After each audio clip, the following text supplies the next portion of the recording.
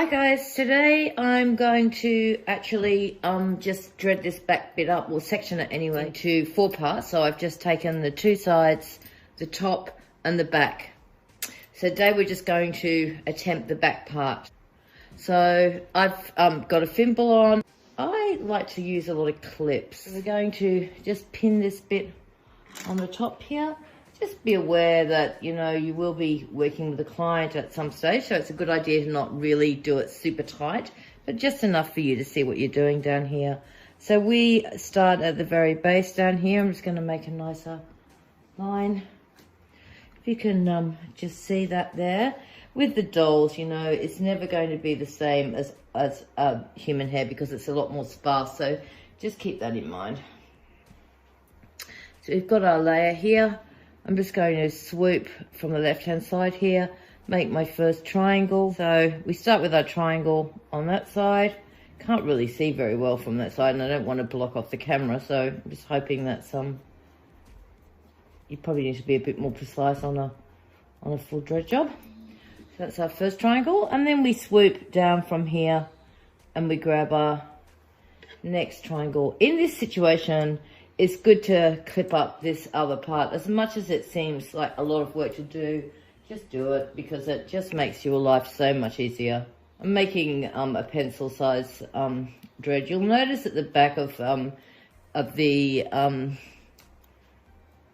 person's head, they're going to have the least amount of hair at the nape of their head, and also at the sides, we often see less hair too. One up, one down, one up, and now we're going down. So this one goes across. Again, using our clips.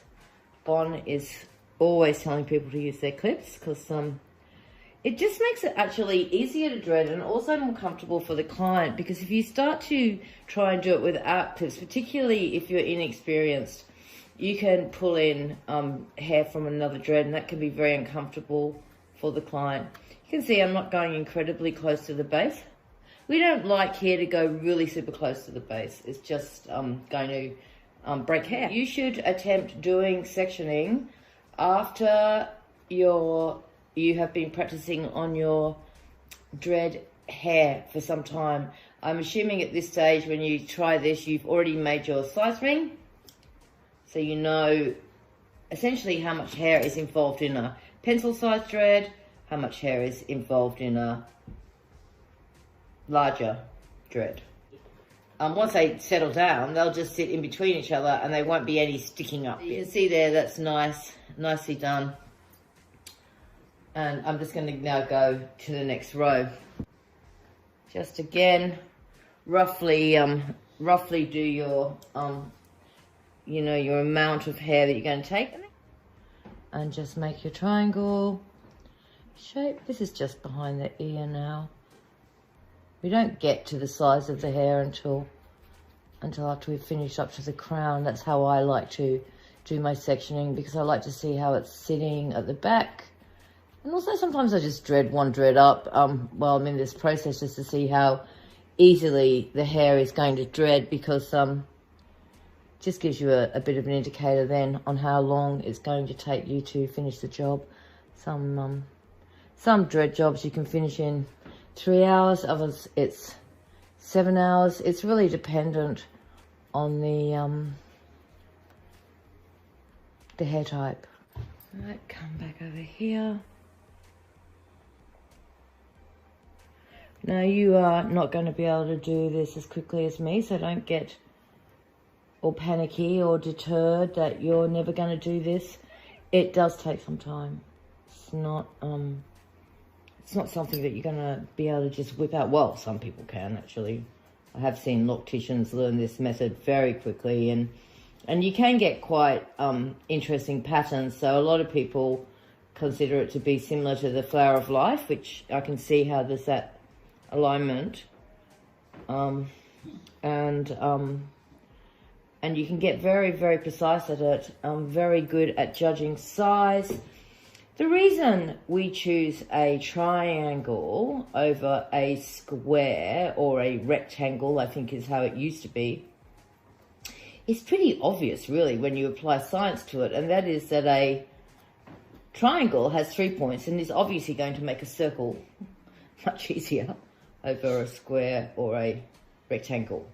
Particularly, I find with the rectangle dreads that have been made, they go very flat. Because it's, when we say flower of life or sacred geometry, we have those shapes in our DNA. So we find that the people that have had our kind of sectioning applied to their dread install don't suffer the same kind of problems with their scalp as we see with other people who have had the square or rectangle sectioning. Often they get lots of dandruff and dry scalps or psoriasis, all kinds of things that I believe occur from poor sectioning. And the other thing that you will see over your time and will be a large percentage of your work is resectioning and trying to give the client some relief, or even the actual size dread they were after, because a lot of people get dreads and they thought that they were going to be pencil size, because in the beginning we know that dreads expand, and in actual fact they end up with like 4 cucumbers on the top of their head, which is not the most attractive look. Okay, so I'm going to leave it there for today. That is, we've now done, I think you can see there, we have done the whole back. Sorry, just trying to get a better angle for you. And you can see it's going to sit really nicely, you know, starting at the bottom, up, down, up, down, up, down, up, down, the same at the top. So here we do an up and a down and an up. So here the triangle is with the point pointing down, and here is a triangle with the point pointing up. So they all fit into each other. And when they're going to lay down, they're going to sit really nicely. So you're not going to see as much scalp as you would do if it was a square or rectangle. Okay, thank you.